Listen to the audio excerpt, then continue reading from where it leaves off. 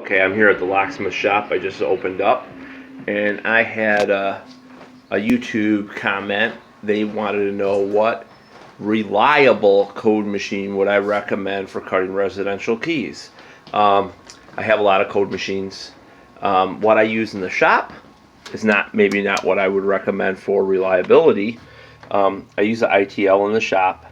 I have had this for a number of years, and it's a great machine.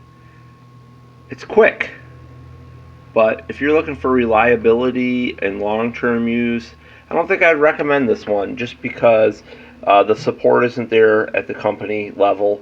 In order to get parts, they'll fix it up to a certain point, but the machine starts getting 8 to 10 years old. You call up for parts and they don't want to work with you. On my van, and then I have other code machines that are just specifically for certain keys. So pretty much my code machines I use that are on my van, I'll show you my van real quick. I use a Silica Ultra code machine. The problem with that is it's a very expensive machine, but it's super fast. It fires up instantaneously. It's a solid state electronics. Excuse it if it's messy. Let's see.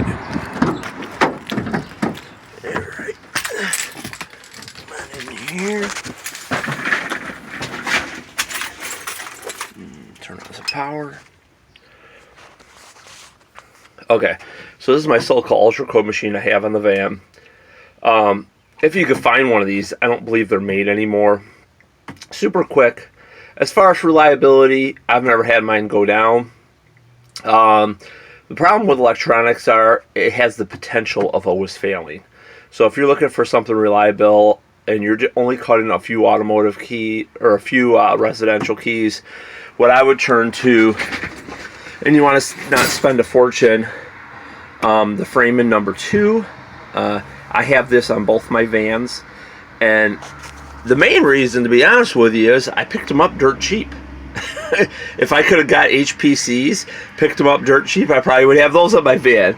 But what I do like about this, it doesn't use the code cards. What it uses is a set of these spacer blocks, and it gives you your spaces like 164, 156.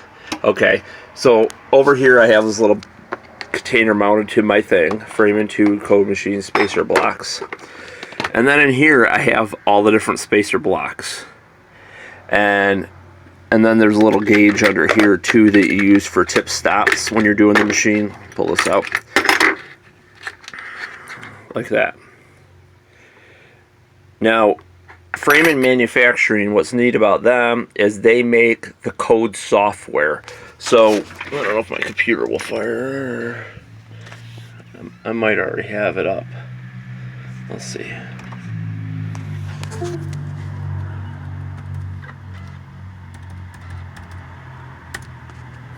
Okay, let's go to the generic code. Okay, so Freiman Manufacturing makes generic code software, which has all your key codes in it. And when you set it up, let's put a code in here. Let's just do something easy that I know. Let's do a S100, which is a steel case. Then we're going to go utility lock. Okay. And these are all the manufacturers for S100s. We're just going to pick a steel case just for something easy. Oh, we'll go down here. It's view data. Okay, so if you go up here, I have it set to Freiman manual.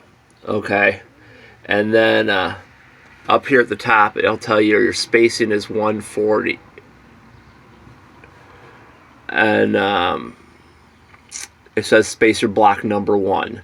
So, and then down here, your first cut. Your cut starts at 140 right here. So basically what you're going to do is you'll put spacer block number 1 in, and I don't know if I have. Oh yeah, well look at that. I got spacer block number 1 in, and there's 140. I already got that on there. So what you're going to do is you're going to turn your machine all the way to the right. What you have to do is you have to set your first cut position. So you're zeroed here. You're going to go to 140. Oh here, I'll move over. Zeroed. That's 50. That's 140. Okay. And it's already set there. See it? Let's focus in. See how it's on that first mark, 140? So that's going to be your first cut. So if, let's say that wasn't set. Let's say it was out like this. I just dialed it into 140. Well, you're going to go back here to your first cut, 140. Okay. Once you have that set, now you're going to dial in how many thousandths of an inch. So let's look here. Let's say we're cutting a number 2 cut, which is 280. So we're going to go on here. We'll go to 200. Okay, so we're at 200. Let's see. We're at 200. And we'll go to 250. Then we'll 60, 70, 80. So we're at 280. So that would be the first cut. We'd have it clamped in there. Have the machine on like that. And then we just pull it in. It would cut the first cut. And then we'd go to the second cut. Move to the second cut. And then we dial in your next one. Now if you can see this is a little bit slower, you'd cut it, you'd go to your third cut, you dial in your next depth, and you cut it. It's a little slower. What's nice about this machine though, you have what you need. You don't have to say, oh, I don't have that card to slide into the machine to do it.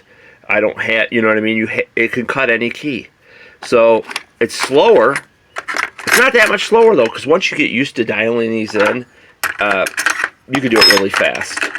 And so I would probably recommend a Framan, either a Framan or HPC. Everybody loves their HPCs that has one. I used to have one. The only thing I didn't like is the cards. That you had to have the right card. Now this is the neat thing. If you get, let's see if I can figure out how to do this though. If you get the software, and let's see,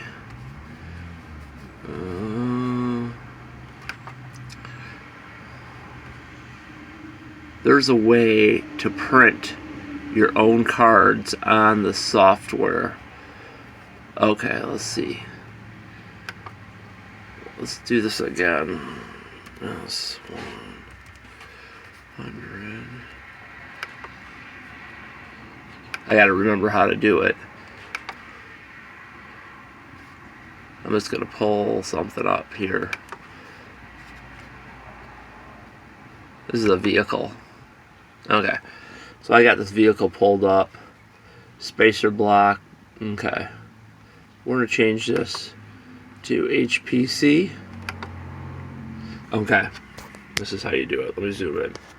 So if you have generic code software, and let's say you do buy an HPC, right over here, you see where it says, let's say you don't have the card. So see where it says make a card? There it goes. It pulls up your card, and all you gotta do is print that onto a little piece of cardboard stock, like business card stock in your printer. And you can make your own card, cut it out. So I would either recommend, for a code machine, the Framan 2 or the HPC 1200 Blitz. So like I said, the reason I have these in both vans, this one was on Craigslist, brand new for $400. That's why I have it. My other one, it was in my van. My other one's the green one, which is an older model. It doesn't have as big a motor, but I like it just the same. And that one I paid, I think, $200 for. So, I mean, I bought them dirt cheap. The one thing about code machines you got to realize, typically they do not have, they don't have a lot of time on them. So, you can buy them used and they're still perfectly good. Anyways, hopefully that helps you. Signing off.